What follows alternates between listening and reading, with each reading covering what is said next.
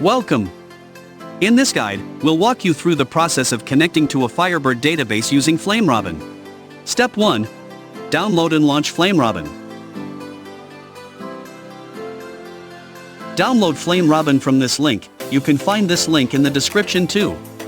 Choose the alternative download option, extract the zip file, and open the FlameRobin folder.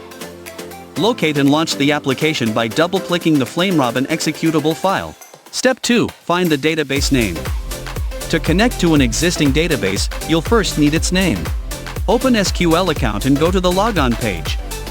Click the settings icon to view available databases. Identify the database you want to connect to. For example, 𝐂𝐨𝐧𝐧𝐞 𝐒𝐭𝐚𝐦𝐫. Step 3. Register the database in FlameRobin.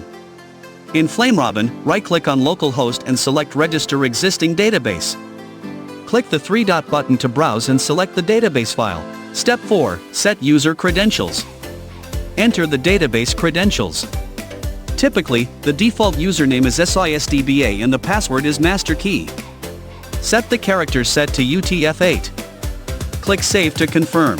Step 5. Access the database. Double-click on the registered database.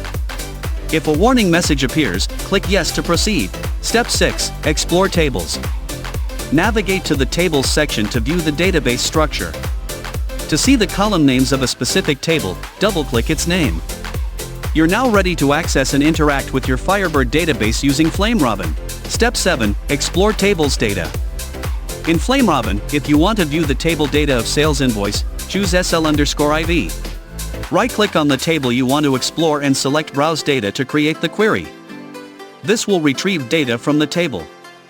To view all table details, click the play button. Please note, the data is for viewing purposes only, and no changes are permitted to the database as it is linked to multiple other tables. You're now ready to access and interact with your Firebird database using FlameRobin. Thank you. Subscribe to our YouTube for the latest video, follow our Facebook for the latest update, go to our website for reports and guides. It's so easy.